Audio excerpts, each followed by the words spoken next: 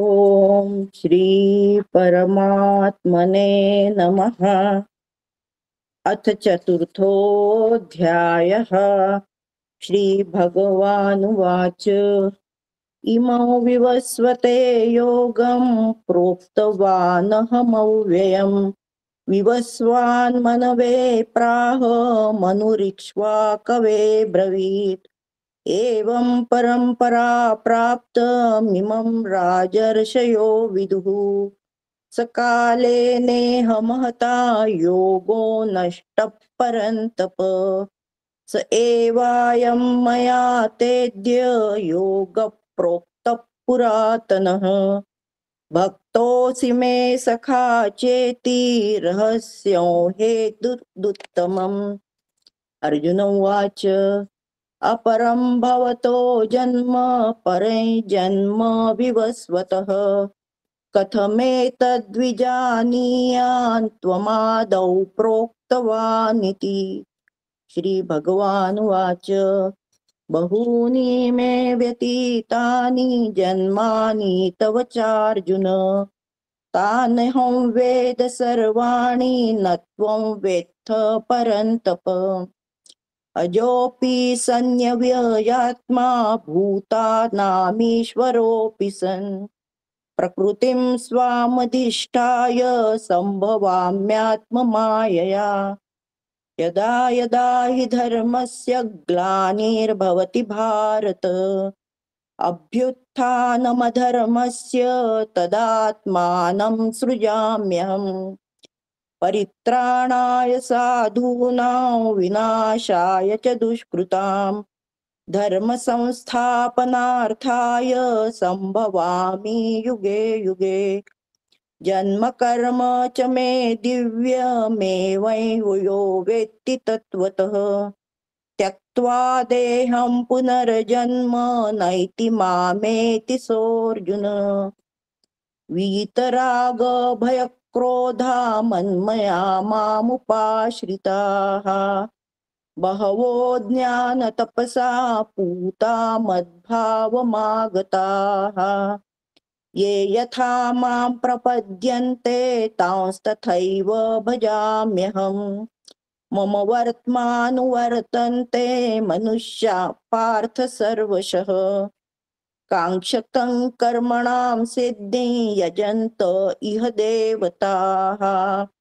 क्षिप्रं हि मानुषे लोके सिद्धिर्भवति कर्मजा चातुर्वर्ण्यं मया सृष्टं गुणकर्म विभागशः तस्य कर्तारमपि मां विद्यः कर्तारमव्ययम्। न मां कर्माणि लिम्पन्ति न मे कर्म फले स्पृहा इति मायोऽभिजानाति कर्मभिर्न स बध्यते। एवं ज्ञात्वा कृतं कर्म पूर्वैरपि मुमुक्षुभिः कुरु कर्मैव तस्मात् त्वं पूर्वै पूर्वतरं कृतं। किं कर्म किमकर्मेति कवयोऽप्यत्र मोहिताः तत्ते कर्म प्रवक्ष्यामि यज्ञात्वा मोक्षसे शुभात्। कर्मणो ह्यपि बोद्धव्यं च विकर्मणः अकर्मणश्च बोद्धव्यं गहना कर्मणो गतिः। कर्मण्यकर्म यः पश्येदकर्मणि च कर्म यः स बुद्धिमान् मनुष्येषु स युक्तः कृत्स्नकर्मकृत्। यस्य सर्वे समारम्भा कामसङ्कल्पवर्जिताः ज्ञानाग्निदग्धकर्माणं तमाहुः पण्डितं बुधाः। त्यक्त्वा कर्मफलासङ्गं नित्यतृप्तो निराश्रयः कर्मण्यभिप्रवृत्तोऽपि नैव किञ्चित् करोति सः निराशीर्यत चित्तात्मा त्यक्त सर्वपरिग्रहः शारीरं केवलं कर्म कुर्वन्नाप्नोति किल्बिषम्। यदृच्छालाभ संतुष्टो द्वंद्वातीतो विमत्सरः समसिद्धावसिद्धौ च कृत्वापि न निबध्यते गतसंगस्य मुक्तस्य ज्ञानावस्थितचेतसः यज्ञाया यज्ञायाचरत कर्म समग्रं प्रविलीयते ब्रह्मार्पणं ब्रह्महविर्ब्रह्माग्नौ ब्रह्मणाहुतम् ब्रह्मैव तेन गन्तव्यं ब्रह्म कर्म समाधिना दैवमेवापरे यज्ञे योगिनः पर्युपासते ब्रह्माज्ञावपरे यज्ञे यज्ञेनैवोपजुह्वति श्रोत्रादीनिन्द्रियाण्यन्ये संयमाग्निषु जुह्वति शब्दादीन् विषयान्नन्य इन्द्रियाग्निषु जुह्वति सर्वाणीन्द्रियकर्माणि प्राणकर्माणि चापरे आत्मसंयमयोगाग्नौ जुह्वति ज्ञानदीपिते द्रव्ययज्ञास्तपोयज्ञा योगयज्ञास्तथा परे स्वाध्यायज्ञानयज्ञाश्च यतयः संशितौ व्रताः अपाने जुह्वति प्राणं प्राणे पान तथा परे प्राणापानगतिरुद्ध्वा प्राणायामपरायणः अपरे नियताहारा प्राणान् प्राणेषु जुह्वति सर्वेऽप्येते यज्ञविदो यज्ञक्षपितकल्मषाः यज्ञशिष्टामृतभुजो यान्ति ब्रह्म सनातनम् नायं लोकोऽस्त्य यज्ञस्य कुतोऽन्य कुरु सत्तम एवं बहुविधा यज्ञा वितता ब्रह्मणो मुखे कर्मजा विद्दितान् सर्वानेवै ज्ञात्वा विमोक्ष्यसे श्रेयान् द्रव्यमयादज्ञात् ज्ञानयज्ञः परन्तप सर्वं कर्माखिलं पार्थ ज्ञाने परिसमाप्यते तद्विद्धि प्रणिपातेन परिप्रश्नेन सेवया उपदेक्षन्ति ते ज्ञाने ज्ञानिनस्तत्त्वदर्शिनः यज्ञात्वा न पुनर्मोहमेवं यास्यसि पाण्डव येन भूतान्यशेषेण द्रक्ष्यस्यात्मन्यथो मयि अपि चेतसि पापेभ्यः सर्वेभ्यः पापकृत्तमः सर्वै ज्ञानप्लवेनैव वृजिनं सन्तरिष्यसि यथैधांसि समिद्धोऽग्निर्भस्मसात् कुरुतेऽर्जुन ज्ञानाग्निः सर्वकर्माणि भस्मसात् कुरुते तथा न हि ज्ञानेन सदृशं पवित्रमिह विद्यते तत्सर्वं संसिद्धि को कालेनात्मनि विन्दति श्रद्धावान् लभते ज्ञानं तत्परः संयतेन्द्रियः ज्ञानं लब्ध्वा परां शान्तिमचिरेणाधिगच्छति यज्ञश्चाश्रद्धधानश्च संशयात्मा विनश्यति नायं लोकोऽस्ति न परो न सुखं संशयात्मनः योगसन्न्यस्तकर्माणि ज्ञानः संच्छिन्न संशयम् आत्मवन्तन्न कर्माणि निबध्नन्ति धनञ्जय तस्मादज्ञानसम्भूतं वृत्तै ज्ञानसिनात्मनः चित्वैनं संशयं योगमातिष्ठोत्तिष्ठ भारत ओम तत्सदिति श्रीमद्भगवद्गीतासु उपनिषत्सु ब्रह्म विद्यायां योगशास्त्रे श्रीकृष्णार्जुन संवादे ज्ञान कर्म संन्यास योगो नाम चतुर्थोऽध्यायः। श्रीकृष्णार्पणमस्तु।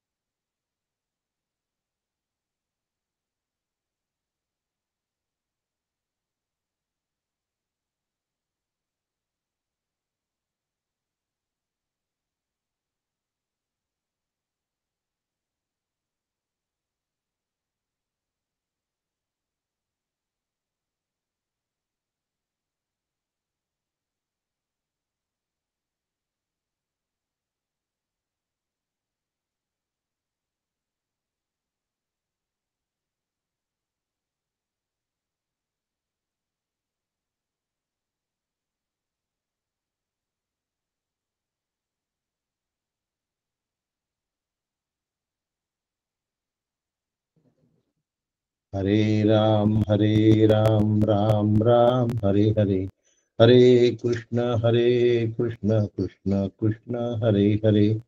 सद्गुरुनाथ महाराज की जय।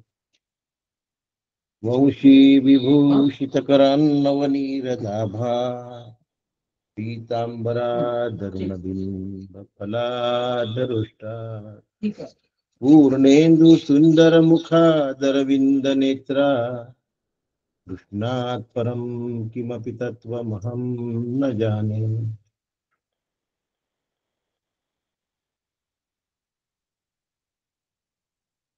तदा शिवसमारम्भाम् शङ्कराचार्यमध्यमाम् अस्मदाचार्यपर्यन्ताम् वन्दे गुरुपरम्परा, वन्दे गुरुपरम्परा। गीताशास्त्रमिदं पुण्यं यः पठेत् प्रयतः पुमान्, विष्णोः पदमवाप्नोति भयशोकादिवर्जितः। सद्गुरुनाथ महाराज की जय।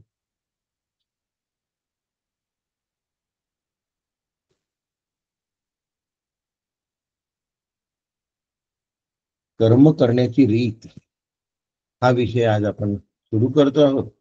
हा सुरू करण्यापूर्वी सद्गुरू डॉक्टर काका यांच्या श्रीचरणी साष्टांग वंदन करतो।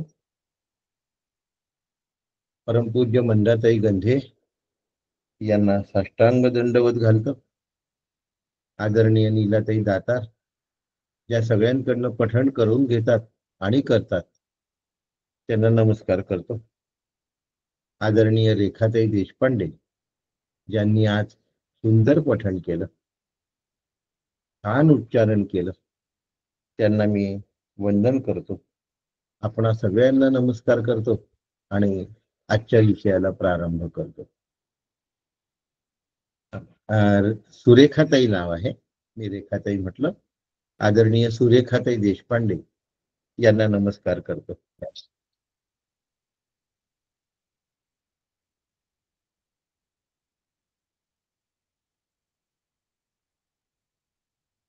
कर्म करण्याची पद्धत आपण बघतोय, कर्म करण्याची रीत आपल्याला कळते आणि त्या रीतीमध्ये कुठे दोष येतात त्या संबंधी आज आपण बघणार आहोत। आता येतात म्हणजे काय, आपणच आणले असतात म्हणजे काय, लोभाने आम्ही काय झालो असतो त्याच्यामध्ये लिप्त झालो असतो। आणि म्हणून नमाम कर्माणी लिंपंती पुढे आहे, ते अलिप्त कसं राहायचं हा नंतरचा विषय ज्ञानाने, पण आज आकांक्षा कशी असते हे सांगणार आहे। कर्म करण्याच्या रीतीमध्ये आकांक्षा कशी शिरते आणि आकांक्षा शिरली की मनुष्य कसा गुलाम होतो। म्हणून आपण आज 2 श्लोक बघतो आहोत। कांक्षंता कर्मणाम सिद्धिम यजंत इह देवताः, क्षिप्रम हि मानुषे लोके सिद्धिर्भवति कर्मजा। चातुर्वर्ण्यं मया सृष्टं गुणकर्म विभागशः, तस्य कर्तारमपि मां विद्य कर्तारम् अव्ययम्।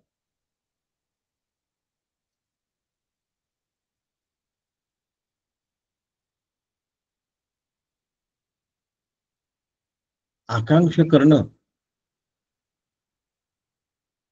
हा जीवाचा स्वभाव आहे आणि जीवाला जर ब्रह्मरूप व्हायचं असेल तर आकांक्षा करणं बंद करावं।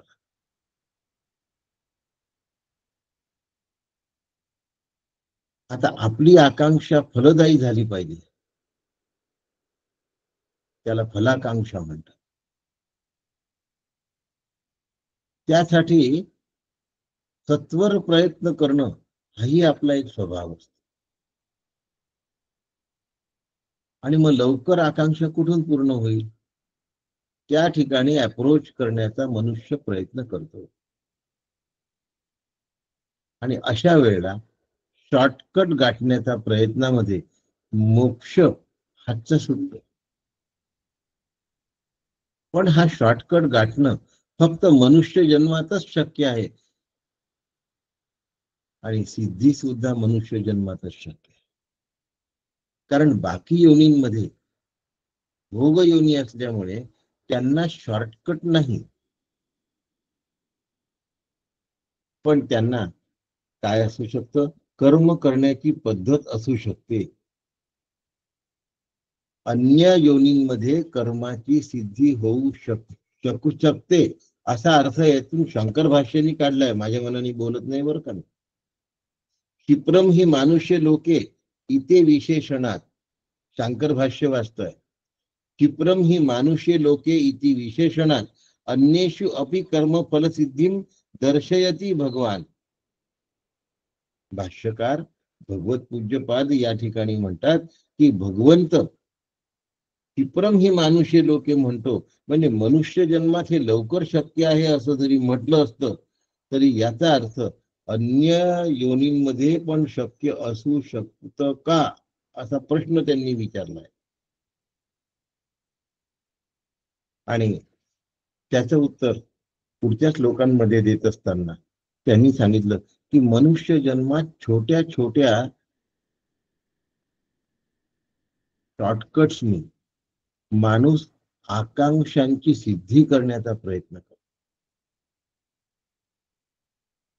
काकांनी एक सुंदर वाक्य वापरलाय, यथा यक्ष तथा बलीही. यक्ष जसा असेल तसा बळी असतो, जशी देवता असते तसा त्याचा बळी द्यायचा असतो. म्हणजे काय, चिमणीला जर घास घालायचा असेल तर टोपलोभर घालायचा का? चिमणीला जर पाणी द्यायचं असेल तर वाटीत पाणी ठेवलं तर काम होऊन जात. पण म्हशीला जर पाणी पाजायचं असेल तर ते मोठ्या टोपल्यात किंवा टाक्यामध्ये पाजावं लागतं. यथा यक्ष तथा बली.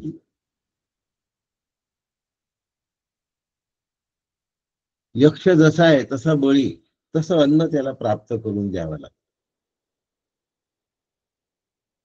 सर्वस्वाचा त्याग केल्याशिवाय परमेश्वराची प्राप्ती होत नाही. आणि संतांनी लिहिलेलं वाक्य वाचतो, खरे पाहता बहुतेकांना परमेश्वर नकोच असतो, फक्त उपभोगण्यासाठी ऐहिक किंवा पारलौकिक फळ पाहिजे असते. म्हणून कांक्षंत हा शब्दाने भगवंतांनी या ठिकाणी सुरुवात.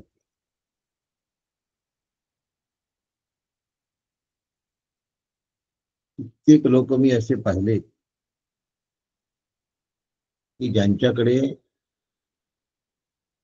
ऐश्वर आहे तरीही अधिक धन मिळण्याची जी काही व्रत वैकल्य आहेत ती त्यांची चालूच असते. कारण त्यांच्या ऐश्वर्यामध्ये त्यांना त्रुटी दिसतच राहते. ऐश्वर हे त्रुटींनी संमिश्रित असलं, गुलाबाचं फूल जरी तोडलं तरी त्याला काटे मिळणारच. ऐश्वर्य कितीही असलं तरी त्या ऐश्वर्यामध्ये त्रुटी ही राहणारच. नाहीतर जगातला एक नंबरचा ऐश्वर्य संपन्न राष्ट्र असलेला अमेरिका अजून कुठून काय मिळवता येईल याचा पुन्हा प्रयत्न करतच राहतो. त्याच्यामध्ये त्यांना त्रुटी दिसतात म्हणूनच प्रयत्न करतोय ना.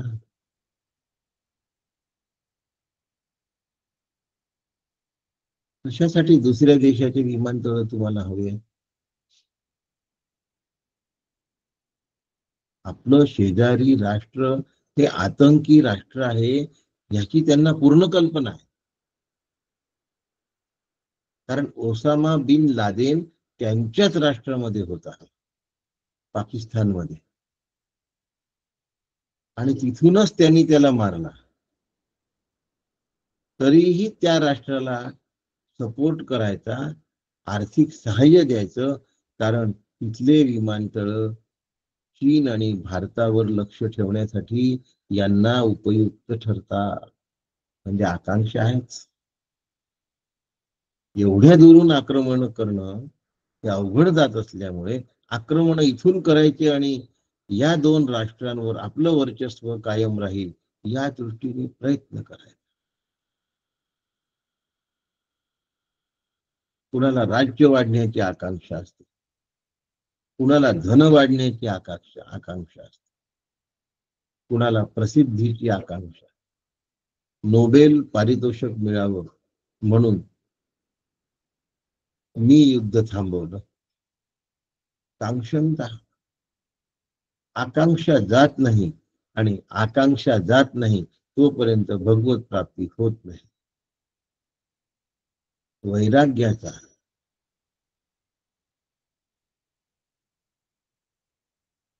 परिपूर्णता प्राप्त झाल्याशिवाय ज्ञान सिद्धीला जात नाही.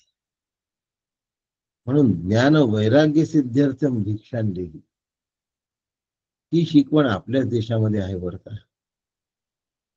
ज्ञान आणि वैराग्याच्या सिद्धीसाठी आम्ही भोजन करतो. भोजनाच्या वेळेला जर हा उद्देश आमचा शिल्लक राहत असेल, आम्ही टिकवून ठेवत असू, तर आकांक्षा नावाची गोष्ट संपून जाईल. आणि आकांक्षा, अभिलाषा, इच्छा, वासना वेगवेगळ्या छटा आहेत, त्या आता समजवत नाहीये.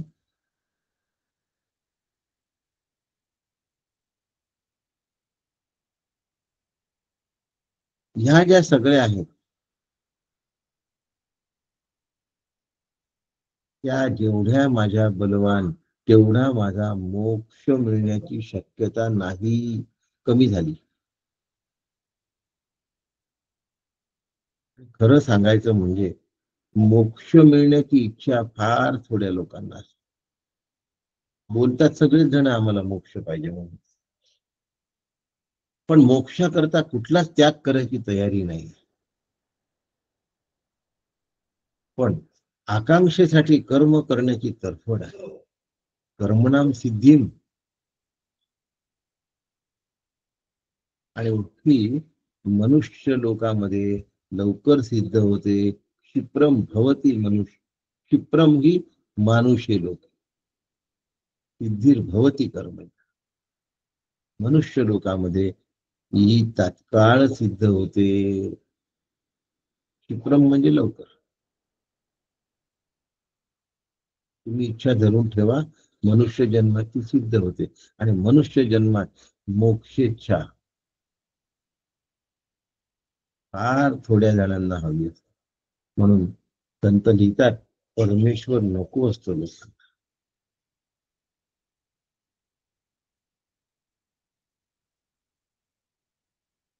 म्हणून आपल्या इच्छा पूर्ण होण्यासाठी केंद्रे शेंद्रे आणि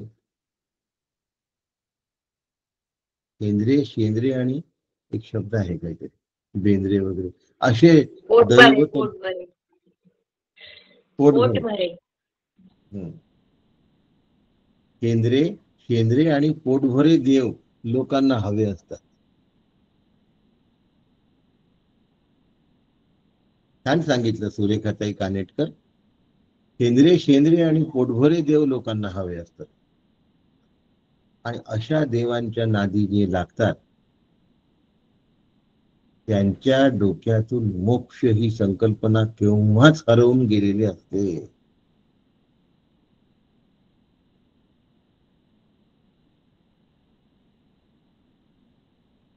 आणि मग जन्मभर ते परमेश्वराचं करत असतात, पण त्यांच्या हाती परमेश्वर नाही लागत, अजिबात नाही लागत. कारण परमेश्वरासाठी करतो असं ते दाखवत.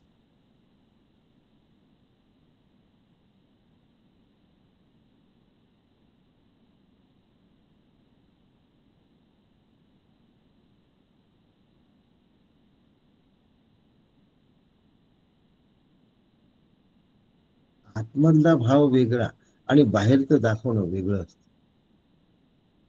एका संतांचं, तन्मयानंद महाराजांचं एक वाक्य आहे, नोटो खाय तो बेटो खाय. अरे असं कसं, तुम्ही खूप फायदा घेता? नाही, नोटो खाय तो बेटो खाय. मी जास्त पैसे घेत असेल तर मग असं कसं मुलाला खाल्ल्यासारखं होईल. पण ते म्हणतात नोटो खाय तो बेटो ही खाय, असं आतमध्ये असतं.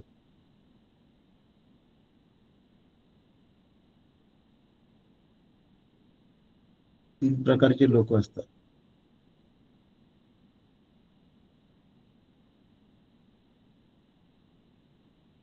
आर्थो, अर्थार्थी आणि जिज्ञासू हे कांक्षंतहामध्ये मोडतात.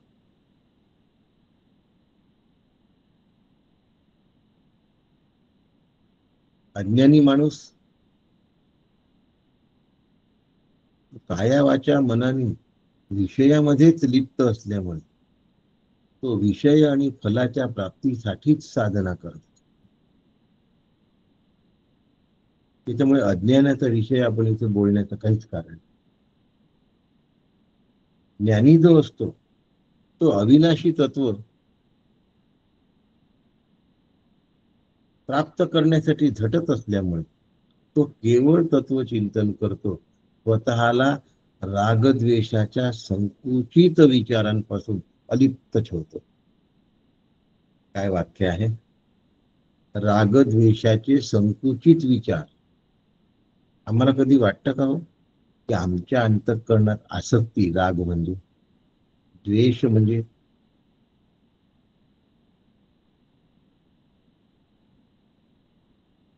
मत्सर, क्रोध हे सगळे द्वेषाचे आविष्कार आहेत. त्याला तिरस्कार असं, द्वेषाला तिरस्कार असं. आणि हे सगळे आकांक्षेमुळे येतात. आमचं दुःख सुद्धा आकांक्षेमुळेच आहे. आणि आकांक्षा पूर्ण करण्याच्या नादामध्ये आमचं दुःख द्विगुणित होत जातं, हे आमच्या लक्षात येते.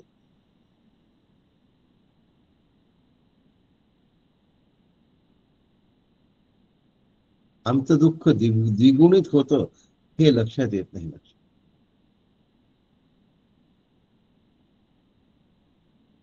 सतत सतत. पण ज्ञानाचं तसं नसतं. त्यांनी आपले रागद्वेष आपल्या ताब्यात ठेवलेले असतात आणि मोक्ष या ध्येयापासून तो कधीच विलग होत नाही. म्हणून तस्य कार्यम न विद्यते. कारण ब्रह्मसत्यम जगन मिथ्या हा त्याचा निश्चय झालेला. अज्ञानी मात्र सतत आकांक्षी असतो. अज्ञानी मात्र सतत कामनेने तडफडत असतो. इच्छा त्याच्या संपतच नाही.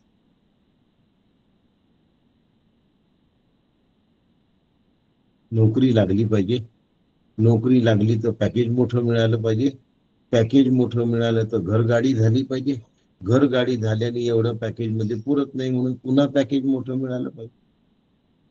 मग मुलाबाळांचे शिक्षण झाले पाहिजे, मग त्यांचे लग्न धडाक्यात झाले पाहिजे, त्यांना नोकऱ्या लागल्या पाहिजे, त्यांचे मुलं बाळ चांगल्या शाळेत गेले पाहिजे. आकांक्षा संपतच नाही, अनएंडिंग आहे.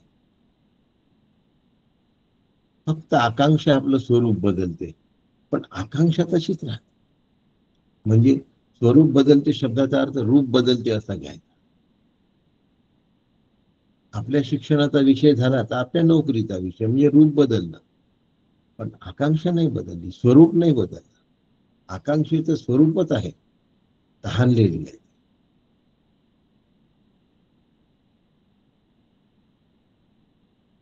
सुंदर वाक्य भगवंतांनी वापरलाय, तेच सांगतो. काम एषः आणि क्रोध एषः कशी आहेत? महाशनाः आणि महापाप.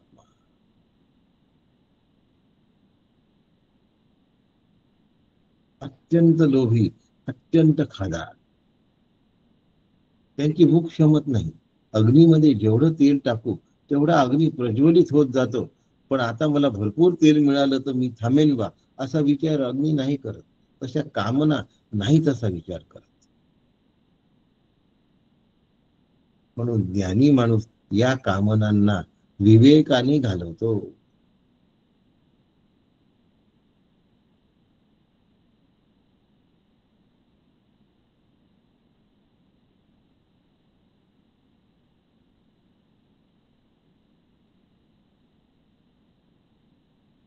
आता प्रॉब्लेम आहे आपला आपण अज्ञानी नक्कीच नाही आणि ज्ञानी झालेलो नाही. म्हणून आपण ना अज्ञानी ना ज्ञानी. मोक्षाची जिज्ञासा आहे आणि कामना सुटत नाही. मोक्षाची जिज्ञासा आहे आणि कामना सोडवत नाही. बाबासाहेब बेलसरेंनी याचं सुंदर वर्णन केलेलं आहे. मध्यम प्रकारचा हा साधक असतो, याला आहे ते असंच राहावं असं वाटतं आणि मला मोक्ष मिळावा असं वाटतं. एक असतो मोक्षाशिवाय विचारच करत नाही. एक असतो तो प्रपंचाशिवाय विचारच करत नाही आणि एक असा असतो की ज्याला आहे ते असावं आणि मला मोक्ष मिळावा, आहे ते जायला त्याची तयारी नसते.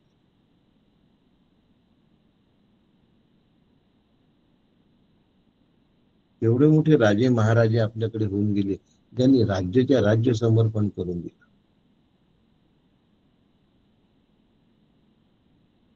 पण आम्ही जे मध्यम आहोत,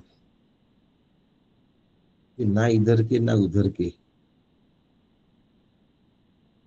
काकांनी खूप सुंदर सांगितलं.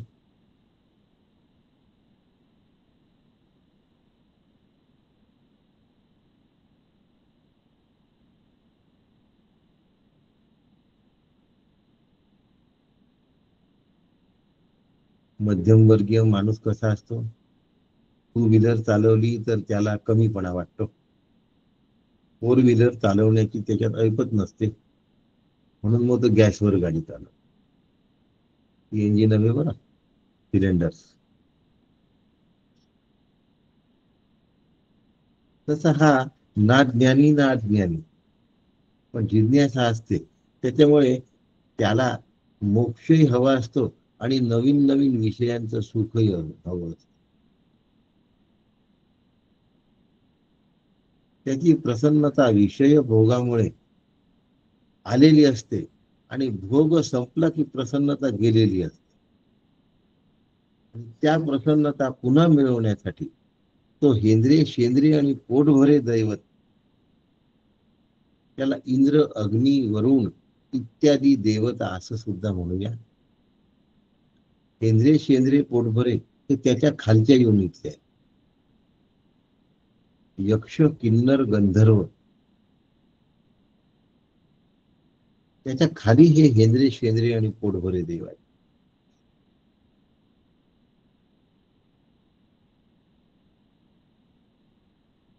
यक्ष किन्नर गंधर्व ही क्रमवारी आहे बरोबर. त्याच्या वरती आहे इंद्र.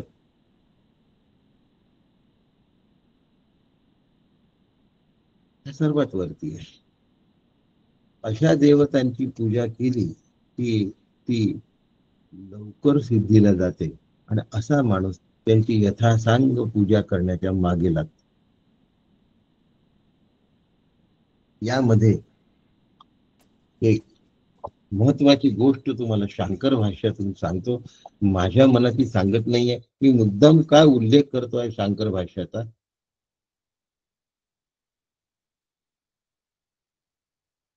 आमचं असं होऊ नये म्हणून शंकराचार्यांनी दिलेली वॉर्निंग आहे. अथ योन्याम देवतामुपास्ते अन्यो असावयोन्य अहमस्मिति न स वेद यथा पशुरेव स देवानाम.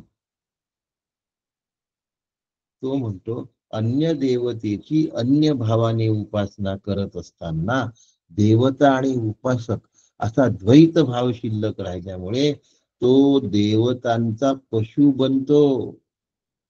देवतांना प्रसन्न करण्याच्या नादात देवतांचा गुलाम बनतो. शंकर भाष्यात लिहिलाय बरं, पशु शब्द वापरलाय शंकराचार्यांनी. स वेद यथा पशुरेवम स देवानाम. आणि हे जे वचन आहे हे आचार्यांनी कुठून घेतलं आहे? बृहदारण्यक उपनिषदातून घेतलाय. इति श्रुते हे बृहदारण्यक उपनिषद सांगितलंय की असा कामना करणार, कारण ते बृहदही आहे आणि आरण्यक पण आहे. नुसतं वेदांत नाही आहे, त्याच्याबरोबर आरण्यक पण आहे. त्याच्यामुळे कर्म पण दिलं आहे, उपासना पण दिलेली आहे.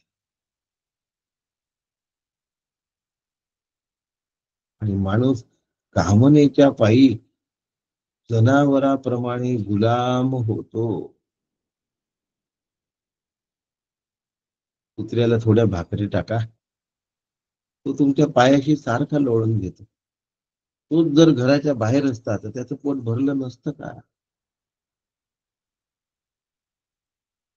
पण त्या पोट भरण्यासाठी तो लांगुल चालन करतो.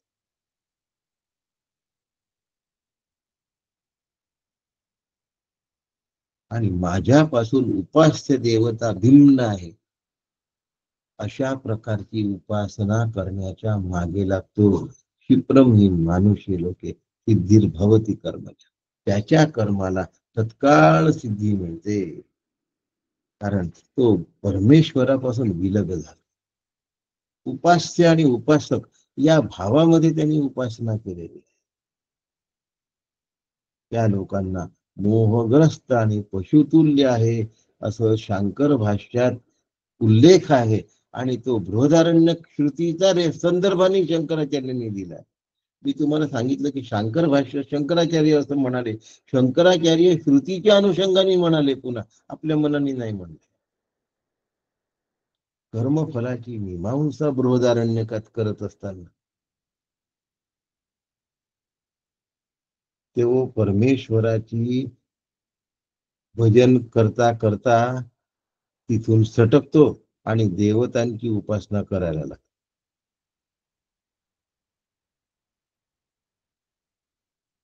कर्म करण्याचा अधिकार फक्त मनुष्य लोकाचाच आहे. क्षिप्रम ही मानुष्य लोके, आणि त्याचं फळही लवकर तिथेच मिळतं.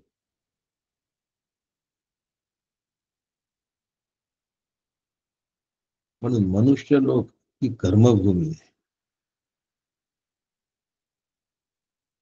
मनुष्य लोक ही कर्मभूमी आहे, पण ऊर्ध्व आणि अधलोक ही भोगभूमी आहे. अधलोकात दुष्कर्मामुळे भोग भोगावेच लागतात, आणि ऊर्ध्व लोकामध्ये सत्कर्माचं फळ म्हणून भोग स्वीकारावे लागतात. शब्द बघा, अधलोकात भोग भोगावेच लागतात, आणि ऊर्ध्व लोकात पुण्यकर्मामुळे भोग स्वीकारावे लागतात. कारण एकदा तुम्ही करता झाले की तुम्ही भोगता आहातच. अगदी पक्की गोष्ट आहे. जो करता आहे त्याला त्याचं फळ मिळाल्याशिवाय राहत नाही. कुठलंच कर्म फुकट जात नाही. म्हणून मृत्यू लोकामध्ये जपून कर्म केलं पाहिजे, सांभाळून कर्म केलं पाहिजे, लक्ष्याला वेधून कर्म केलं पाहिजे. लक्ष दुर्लक्षित झालं तर कर्माचं फळ पुण्यात्मक असेल तर स्वर्गभोग, आणि पापात्मक असेल तर अधो योनीतले भोग. म्हणून ऊर्ध्व योनीतले भोग किंवा अधो योनीतले भोग. अधो योनीतले भोग म्हणायचं का जेलमधले भोग? ऊर्ध्व योनीतले भोग कसे म्हणायचे? जसे पंतप्रधान वगैरे राहतात, त्यांना कशाची कमी नसते असे स्वर्गसुख. पण दोन्ही भोगांमधून पुन्हा मोक्षासाठी मनुष्य योनीत जन्माला यावंच लागतं. म्हणून लवकर सिद्धी होते. म्हणून मनुष्य लोकामध्ये या मोहामध्ये पडू नये. कांक्षन्तः ही आकांक्षा माणसाने आपल्या अंतःकरणात ठेवू नये, लक्षात ठेवा.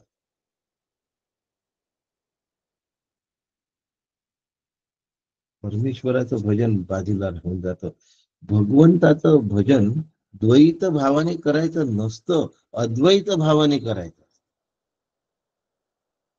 म्हणजे काय? काल ज्यांनी मांडूक्य ऐकलं आहे त्यांना माहिती आहे की ब्रह्माला नमन ब्रह्म होऊन केलेलं आहे.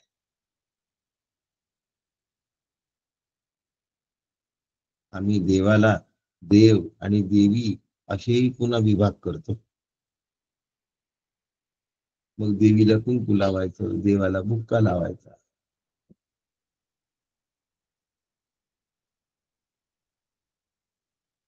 शंख घंटेचं पूजन सुद्धा घंटेला हळद कुंकू व्हायचं असतं.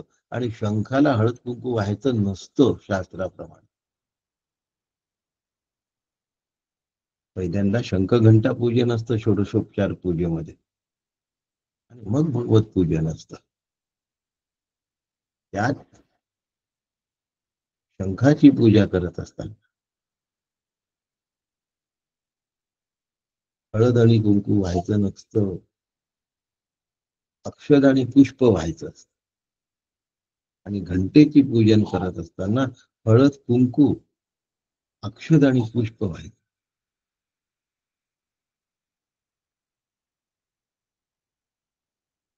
इतका भेद करतो आम्ही. शास्त्रांनी सांगितलंय. कोणत्या शास्त्रांनी सांगितलंय?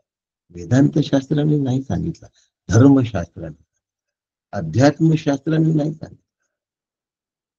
अध्यात्मशास्त्राने सगळं ब्रह्मरूप आहे असं सांगितलं. मग आम्ही कोणत्या शास्त्राचं पालन केलं पाहिजे? आमच्यावर अवलंबून आहे. आम्ही ज्या वर्गात असू त्या शिक्षकाचं पालन करा.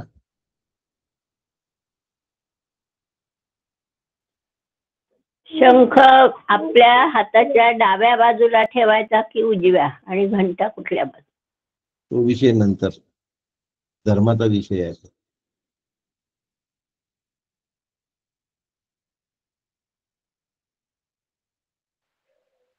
हळदी कुंकू देवीला व्हायचं असतं ना, हो, फक्त शंख घंटेला नाही व्हायचं. या गोष्टीच्या मागे लागण्यापेक्षा सगळ्यांना ब्रह्मरूप पाहण्याची सवय करा की. हो, ते तर आहेच. कोणाला हळद नाही व्हायचं आणि कोणाला, कर्मामध्ये चुका होतच राहणार, आणि चुका झाल्या की तसे फळही मिळत राहणार चुकीचे. त्यापेक्षा सगळे ब्रह्मरूप आहे म्हणून चला की. हे सगळं सांगण्याच्या मागचा उद्देश काय आहे?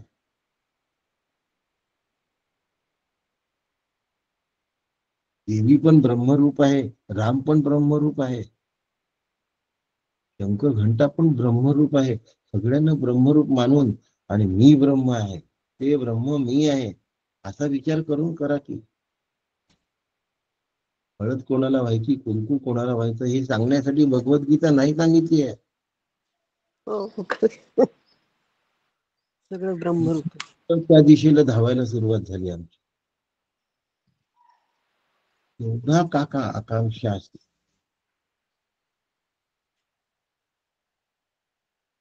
कधीतरी निरीक्ष मानस, इच्छा संपवा की.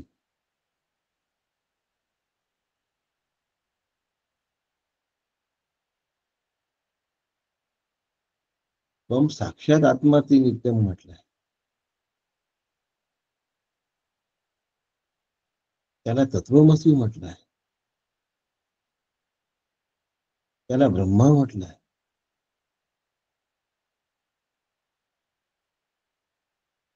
ब्रह्मा स्वम विष्णू स्वम रुद्र स्वम विघ्न स्वम अग्नी, त्याला ब्रह्मरूप म्हणा की. आता अग्नीत ब्रह्म बघायला लागले की अग्नी या देवतेपासून काही मिळवण्याचा इच्छा राहत नाही. ब्रह्म काही देत नसतं.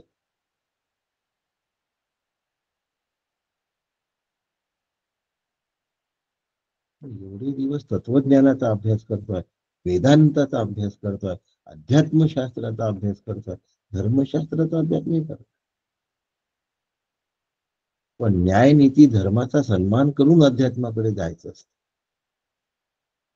न्याय नीती धर्मातच राहून नाही जायचंय. नाही तर मी न्यायी होतो, मी नीतिमान होतो, मी धार्मिक होतो, मी ब्रह्म नाही होत, अशीच भूल पडते.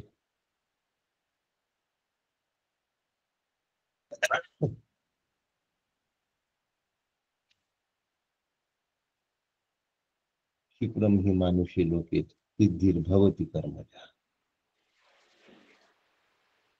आणि हा जो मधला असतो ना, जो ज्ञानी नाही ना अज्ञानी पण नाही, त्याच्या पूजा पाठ व्रत वैकल्य हे केवळ खेळ असतात. आपल्या मनाने करतो. मी बोलू का जरा? काय आपलं रेखा नाव दिसलंय, आडनाव डोंगरे.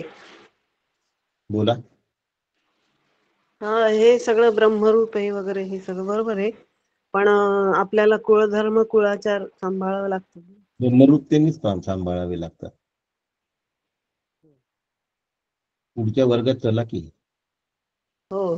तुला काही शिकायला पुढच्या सांगितलेलं नाही, वर्गात जायचं. पण कधीतरी वरच्या वर्गात गेलं पाहिजे की नाही. हो. विषय कोणता सांगत होतो मी आता, तो सुटला बघा मला. हेच कर्म. रेखाताई डोंगरे, तुम्ही म्यूट करा गड्या तुमचं. हो हो करते, ते होत नाही. तुम्हाला खूप व्यत्यय आहे तुमच्या घरामध्ये ओरडण्याचा, लहान मुलाच्या. हो हो, एक मिनिट. तुम्ही रिमूव्ह होऊन जॉईन व्हा ना, पण विषय नका तुटू देऊ.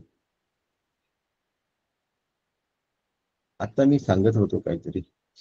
आपल्याला ब्रह्माचा आणि अध्यात्माचा अभ्यास करायचा आहे. तर देवतांच्या पूजा करतो तर आपण त्यांचेच दास होतो, गुलाम होतो त्यांचे. तो आधी सांगितलं. आकांक्षा मोक्षाच्या कधी ना कधीतरी सोडून पुढे गेलं पाहिजे, वरच्या वर्गात गेलं पाहिजे, असा विषय मला असं वाटतं चालू होता.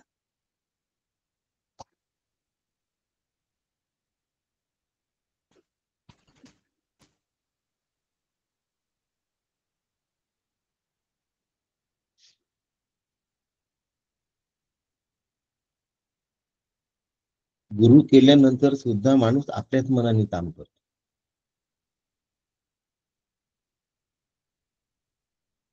गुरूंना जाऊन सांगतात आमचे उपवास आहेत म्हणून. वेडेपणाचा कहर बघा. गुरूंना जाऊन सांगतात की आज आमचा असा असा उपवास आहे, आज आमचं असं असं व्रत आहे. ते गुरूंनी तुम्हाला सांगितलंय का करायला? नाही, तरी पण आमचं चालूच होतं. आम्ही शिकार झालो म्हणून आचार्यांनी पशु शब्द वापरला आहे, की तो त्या देवतांचा पशु झाला. आणि याच्यासाठी बृहदारण्यक श्रुतीचा उल्लेख सुद्धा केला आहे आचार्य. त्याच्या आकांक्षा आणि कामना सद्गुरु प्राप्तीनंतर तरी त्यांनी थांबवण्याचा प्रयत्न करावा. तर त्यांनाच सांगतो मी असं असं करतोय. काकांनी सांगितलं की 16 सोमवाराच्या व्रताला बोलवलं होतं. तिथे लोक आहेत छान. बघा, सुरेखाताईंनी उत्तर दिलंय, त्याच्यामुळे प्रसंग सांगत नाही. आणि 16 सोमवाराचं व्रत झाल्यानंतर काका काकू 16 जोडपी बोलवायची असतात ना, जेवून गेले. थोडं दूर गेल्यानंतर काकू पर्स विसरल्या म्हणून परत आले. त्यावेळेला यजमान पती पत्नी भांडत होते आपसात. काय झालं त्या व्रताचं? यथेच्छ उत्तम प्रकारची सांगता केल्यानंतर, सुग्रास अन्न आणि पक्वान्यांनी भोजन दिल्यानंतर लोक जात नाही तर भांडण सुरू झालं.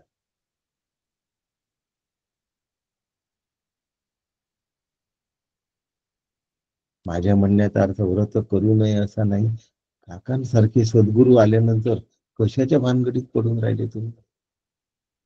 विमान मिळत असताना पंक्चर सायकल हातात घेऊन फिरता. पंक्चर म्हणतो बरं का मी, सायकल चांगली पण सायकल नाही असू शकत.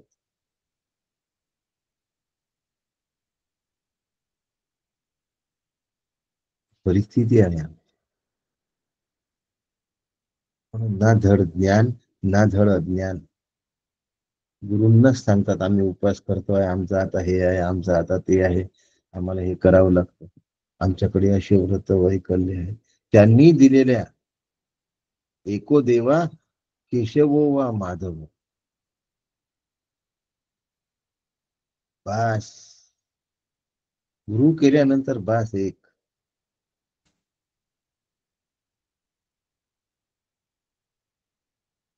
पण ते एकच आणता, एक तत्वाच्या मागे. म्हणून सांगितलं इथे संतांनी लिहिलंय, खरे पाहता कोणालाही परमेश्वर नकोस. हेच खरं आहे. काहीतरी करत राहावंस वाटतं आणि त्या करणीय प्रांतात पूर्ण आयुष्य घालवतो. शेवटी तंग येतो त्या कर्माने, तरीही पुढल्या पिढीला तेच देतो. सतत नवीन नवीन विषय प्राप्तीसाठी, विषय भोगाच्या मागे लागण्यासाठी वेगवेगळ्या देवतांच्या मागे जातो.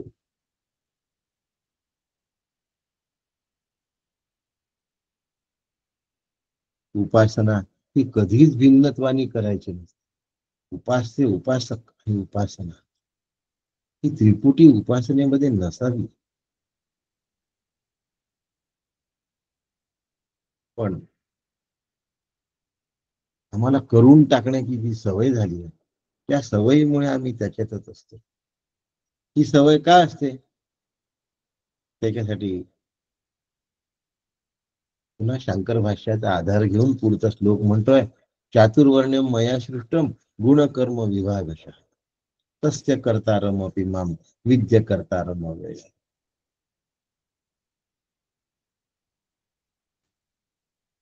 4 वर्णाच्या लोकांबद्दल भगवंतांनी या ठिकाणी सांगितलंय आणि शंकर भाष्याने पण सुंदर त्याचं विश्लेषण केलंय.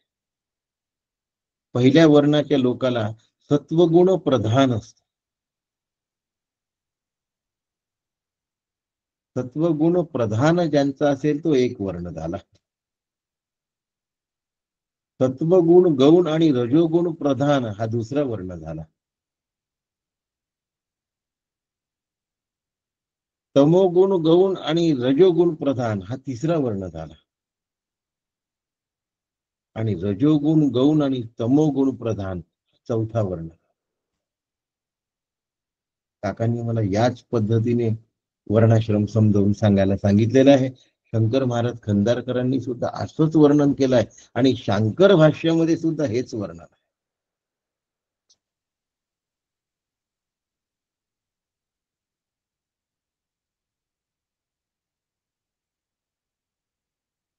सत्वगुण प्रधान कृतींचा अधिकारी आहे आणि तो विद्य कर्तारम अव्ययम अशा अव्यय स्वरूपाला प्राप्त होतो. भगवंत कसा आहे? अव्यय. व्यय शब्दाचा अर्थ खर्च होणे असा होतो, नाश पावणे असा. जो अव्यय आहे कधी नाशच पावत नाही आणि तो करता सुद्धा नाही, करता भासतो. असा जो अव्यय असतो तो करता भासतो. आम्ही कर्म करत असताना कर्तृत्व स्वतःकडे घेऊ नये. आज हा विषय होणार नाहीये. पुन्हा पुढच्या गुरुवारी नमाम कर्माने लिंपंती नमे कर्म फले स्पृहा. आणि मग त्याला कर्म बाधत नाही. नस धीर कर्मधीर नस बद्ध.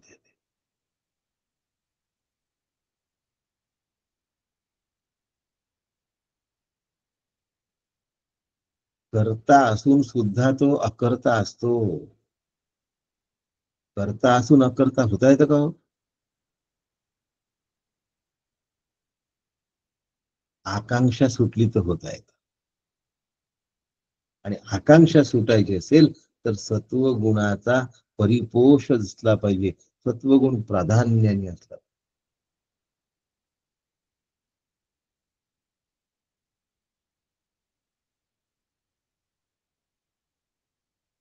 अहो, सुंदर पक्वान्याचं भोजन असेल आणि त्या भोजनाला भगवंतासमोर पाणी फिरवून अर्पण केलं, आता ते पक्वान्य राहिलं नाही. आता तो प्रसाद झाला. आता त्याला पक्वान्य नाही म्हणता येत. कोणत्याही गोष्टीमध्ये ज्या वेळेला प्रक्रिया घडते त्यावेळेला त्याचं नाव बदलतं. काही प्रक्रिया स्थूल असतात, काही प्रक्रिया सूक्ष्म म्हणजे मानस असतात. उदाहरणार्थ, पाण्यामध्ये तांदूळ घातल्यानंतर उष्णतेशी संपर्क आल्यावर त्या तांदूळाच्या दाण्यांना भात म्हणतात. आता त्याला दाणे नाही म्हणत तांदूळाचे,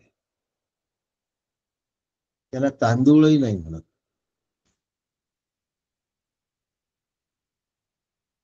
दाण्यापेक्षा त्याचा रंग शुभ्र आला असतो, पण त्याला भात. तसं कितीही पक्वान्य असली आणि ती जर भगवंताला अर्पण केली तर ही प्रक्रियाच आहे. तांदूळाचा भात होणे ही प्रक्रिया आहे. भगवंताला मानसभोग दिल्यानंतर त्या पक्वान्याचं प्रसाद झाला आणि जसा प्रसाद दिला तसा तो सेवन केला पाहिजे. माझे वडील मला सांगायचे की आपण जेवत असताना तो नैवेद्य आपण भगवंताला दिलेला आहे, मग त्यानंतर त्याच्यात वरून मीठ कालवा, लोणचं कालवा, तेल कालवा, साखर कालवा, असं नाही करायचं. कारण ज्या चवीचं मी भगवंताला अर्पण केलं आहे त्याच्यात चव बदलून खाणं मला शोभत नाही. कारण मी त्याचा आहे, जे त्याला दिलं तेच मला खाल्लं पाहिजे. पण याच्यात गडबड अशी होते की त्याला दिलं तेच मी खातो, हा अहंकार निर्माण होता कामा नये. इथेही सावध राहावं लागतं.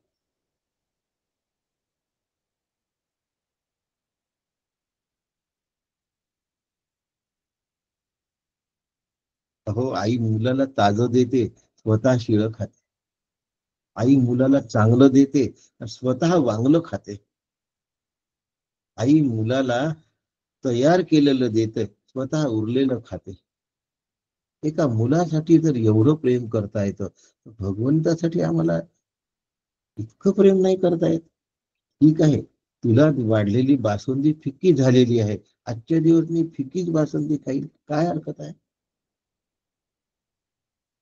तुला वाढलेल्या वर्णामध्ये मीठ नाही टाकलं तर तू ते खाल्लंच ना रे, गोड केलंच ना.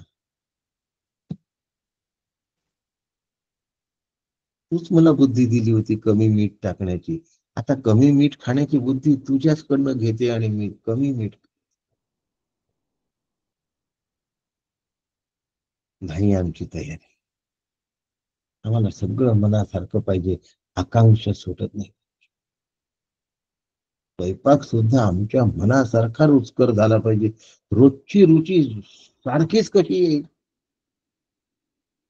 हॉटेलची येऊ शकते, कारण त्यांचं ते ग्रॅम आणि किलो मध्ये टाकणं असतं.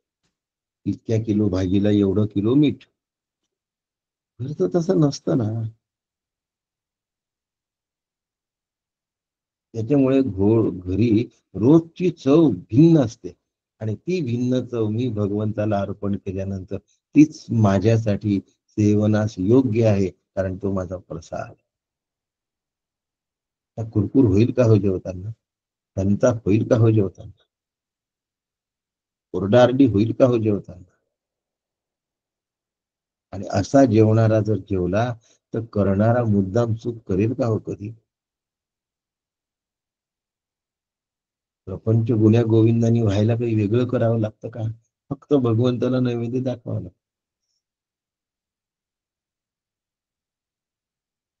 मी कमावलाय, माझ्यासाठी व्यवस्थितच असलं पाहिजे. चाटूर चुटूर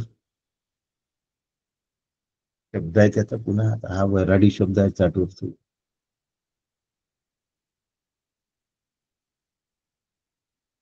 इंग्रजी शब्द आहे तो विसरलो मी आता, त्यात लक्षात राहत नाही ते शब्द.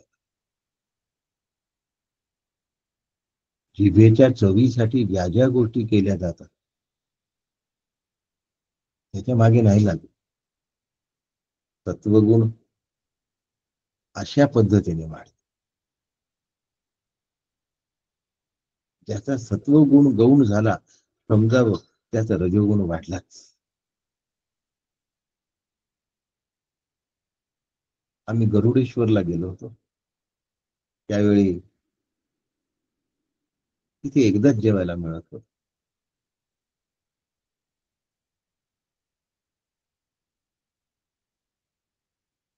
आम्ही महिनाभर आधीपासून एकदा जेवण्याची सवय केली, मग गरुडेश्वरला गेलो. 25 लोक होतो. मग आम्हाला तिथे गेल्यावर कळलं की 10च्या वर असतील पावत्या फाटल्या तर पुन्हा स्वयंपाक केला जातो संध्याकाळी. आम्ही सवय केली होती, पहाटे 2:30-3ला उठायची सवय असल्यामुळे रात्री न जेवलं तरी चालायचं, तर भर दुधाने भागून जायचं. आणि कोणी जेवलं नाही.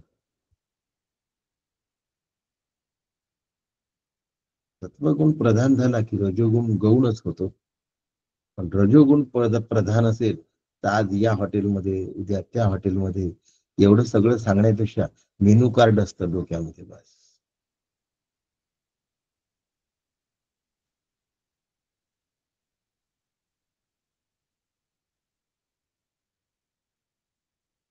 सत्वगुण गौण आणि रजोगुण प्रधान, तमोगुण गौण आणि रजोगुण प्रधान.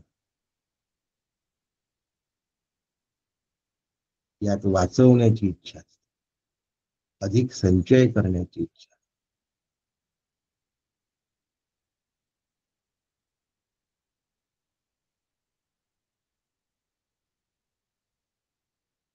आजकाल लोक जेवणापेक्षा कॅलरीज खायला लागले. त्यांचा सत्वगुण गौण झाला आणि रजोगुण प्रधान झाला.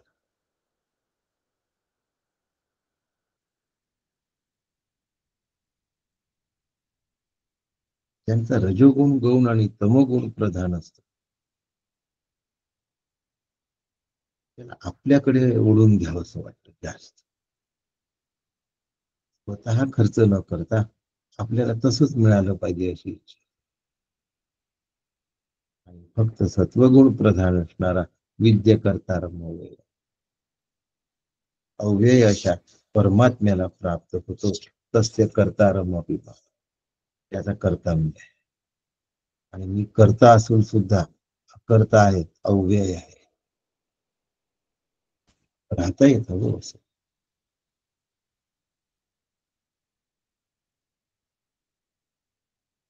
करता असून सुद्धा अकर्ता होत आहे. खूप मजा आहे अशा जीवनामध्ये. करायचं सगळं, पण स्वतःच्या अहमची पब्लिसिटी नाही करायची. मी केलं हे शो ऑफ नाही करायचं. करून मागे राहण्यात मौज असते, पण आम्हाला कळत नाही.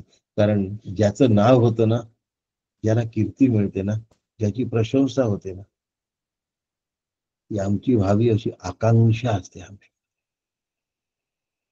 करून मागे राहणारे लोक फार कमी असतात.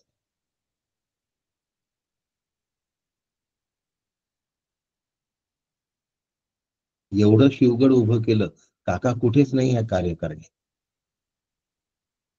कुठेच नाही.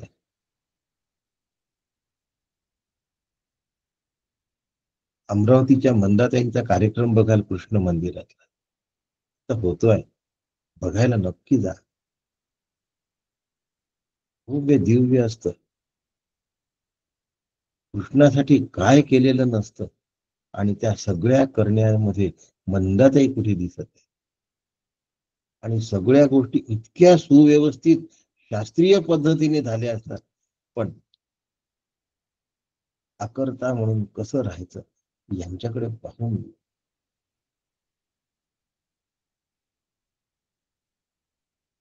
जे जेवायला मिळेल ते अन्न खातात हो काका. मी तुम्हाला प्रसाद ग्रहण करा म्हणून सांगितलं. देवाला ताटाला पाणी न फिरवता सुद्धा रोज प्रसाद ग्रहण करतात काका म्हणतात. कधी चाटूर चुटूरच्या मागे जे वाढलं ते.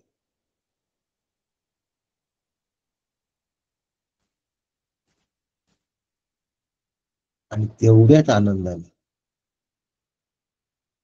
जेवढ्या आनंदाने ते पुरणपोळी खातील त्याच आनंदाने ते भाजी, वरण, भात, चटणी खातात.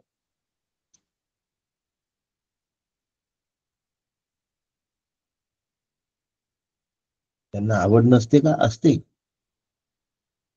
आवडीच्या वस्तू खात नाहीत का? खातात. ती आवड त्यांना लाचार नाही करत. आणि आमची आवड आम्हाला लाचार करते. पशु समान शंकराचार्यांनी वापरलेला शब्द बृहदारण्यकातला. आमची आवड आम्हाला लाचार करते आणि त्यांची आवड त्याच्यावर ते हवी असतात.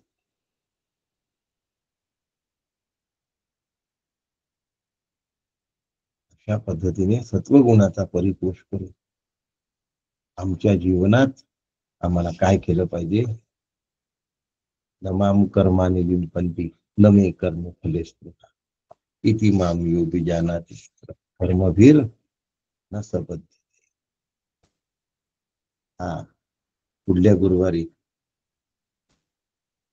शैला काकू घेतीस, कारण बुधवारी रात्री मी पंचदशी घेईन चित्रदीप, गुरुवार सकाळचा हा गीतेचा श्लोक शैला काकू.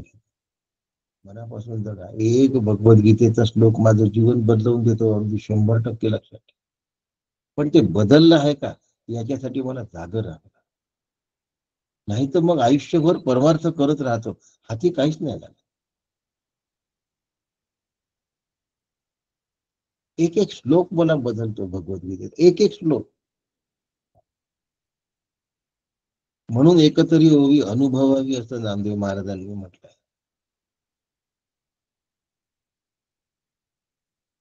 माझ्यात बदल घडलाच पाहिजे, आणि बदल घडवण्यासाठी मी ऐकून राहिलो. हो, हा बदल मोक्षासाठी आहे, हे ध्येय कधी विसरता कामा नये.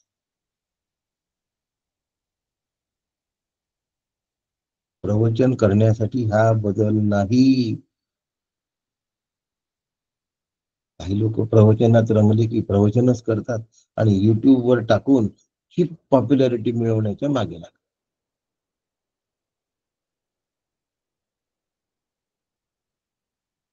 आत्मबुद्धीची वाट लागली, देहबुद्धी बळावली, मोक्ष संपला.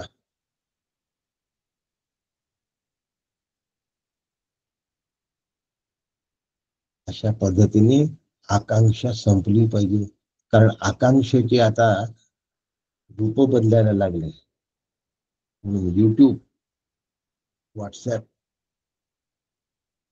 या गोष्टी आकांक्षेमध्ये आता शिरायला लागल्या. यामध्ये आमची आकांक्षा व्हायला लागली. 2-2 मिनिटाचे जर उतारे दिले ना, 2 मिनिटं 3 मिनिटं, तर लोक कमी मिनिटाचे उतारे पाहायला जास्त उत्सुक असतात. 15 मिनिटं, 20 मिनिटं, 40 मिनिटाचं जर तुम्ही प्रवचन केलं, आता आपण तासभराचं करतो तर नाही ऐकत लोक. पण 2-2 मिनिटाचे जर उतारे दिले काही वाक्यांचे, तर लोकांना ऐकायला आवडतात. आणि असे जर त्यांनी ऐकत राहिले तर मग आमचं नाव वाढतं, सबस्क्राईब केलं जातं, त्याचे पैसे मिळतात, त्यातूनही उत्पन्न मिळतं. नावलौकिकही आणि उत्पन्नही. आकांक्षा गेले उडत.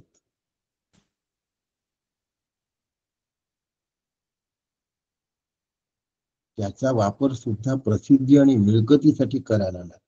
युट्यूब,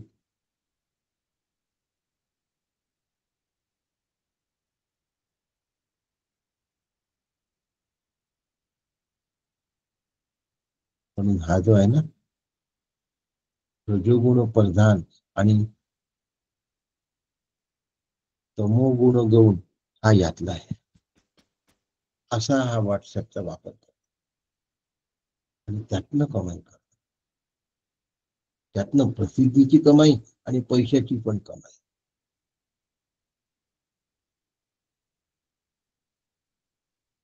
मोक्षाची लागली वाट, त्याला काही करायचं नाही मोक्षाची. हा दाखवेल मी मोक्षासाठी हे आध्यात्मिक क्लिप्स टाकून राहिलो म्हणून 2-2 मिनिटाचे. आध्यात्मिक जीवन जगायचंच नसतं, बहुतेकांना आत्मरूप व्हायचं नसतं. बोलतात ज्याला व्हायचं असतं तो बदल घडवून आणतो स्वतःमध्ये आणि मोक्षाच्या वाटेला अविरत चालत राहतो, अविरत चालत राहतो, कधी नाही चुकत. आपलं असं व्हावं आणि असं कर्म करत असताना नमाम कर्माने न मे कर्म फले इति माम यहा अभिजानाति, जो जाणतो. त्याला बांधायची कर्माला ताब नाहीये, त्याच्या पायात कर्माच्या बेड्या पडत नाहीत, कर्मवीर असं बनते.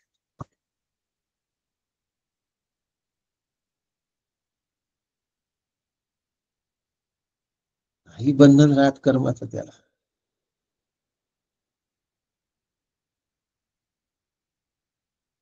चोराच्या मागे 4 शिपाई असतात. एक शिपाई एका हातात दोरी बांधून असतो त्याच्या, दुसरा शिपाई दुसऱ्या हातात दोरी बांधून असतो आणि मागे 2 बंदूक घेतलेले शिपाई असतात. एवढ्या बंधनात असतो तो. यातूनही सुटण्याचा प्रयत्न केला तर हे बघ बंदूक घेतलेले मागे 2 आहे. एवढं बंधन असतं 4 शिपायांचं. राष्ट्रपती, प्रधानमंत्री यांच्या मागे सुद्धा 4 बॉडीगार्ड असतात. पण या 4 बॉडीगार्डच्या बंधनात हे नसतात. आणि तो जो चोर आहे तो या 4 शिपायांच्या बंधनात असतो.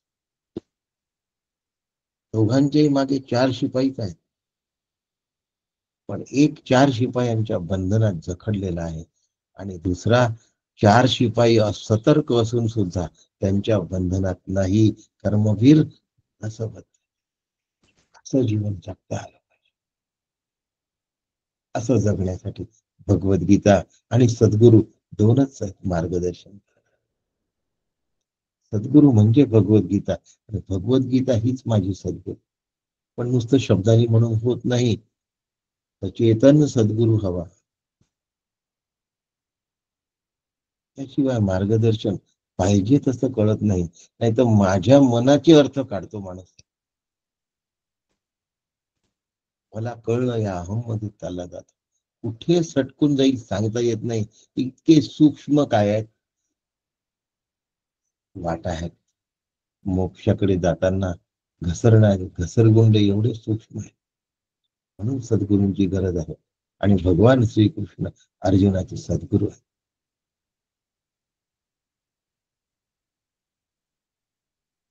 अशा सद्गुरूंचा आदेश मानण्याची इच्छा आपल्या मनात व्हावी आणि त्यानुसार आपलं जीवन त्यांना समर्पित व्हावं, एवढी आजच्या श्लोकांनी प्रार्थना करतो आणि थांबतो.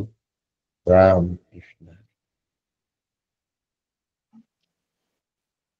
राम कृष्ण हरी. राम कृष्ण हरी. रामकृष्ण.